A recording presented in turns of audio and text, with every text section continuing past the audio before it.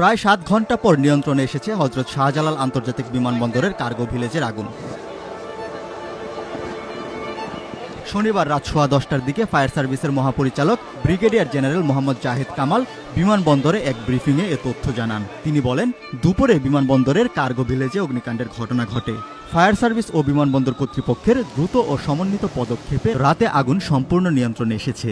এ ঘটনায় কেউ মারা যায়নি বলে জানান তিনি। এখন পর্যন্ত আমাদের 37টা ইউনিট কাজ করেছে এবং এর মধ্যে এখন পর্যন্ত আমাদের জানা মতে কোনো নিহত নাই। আর আমরা 2118 অর্থাৎ রাত 9টা 18-র সময় আগুন নিয়ন্ত্রণে দিয়েছি। বর্তমানে আমরা নির্বাপনের কাজ করছি। আগুন আমাদের সম্পূর্ণ নিয়ন্ত্রণে আছে। আর আপনারা জানেন ইতিমধ্যে আন্তর্জাতিক এবং ডোমেস্টিক ফ্লাইট কিন্তু চালু হয়ে গিয়েছে, অলরেডি চালু হয়ে গিয়েছে। আমাদের 2 জন ফায়ার ফাইটার আহত হয়েছে।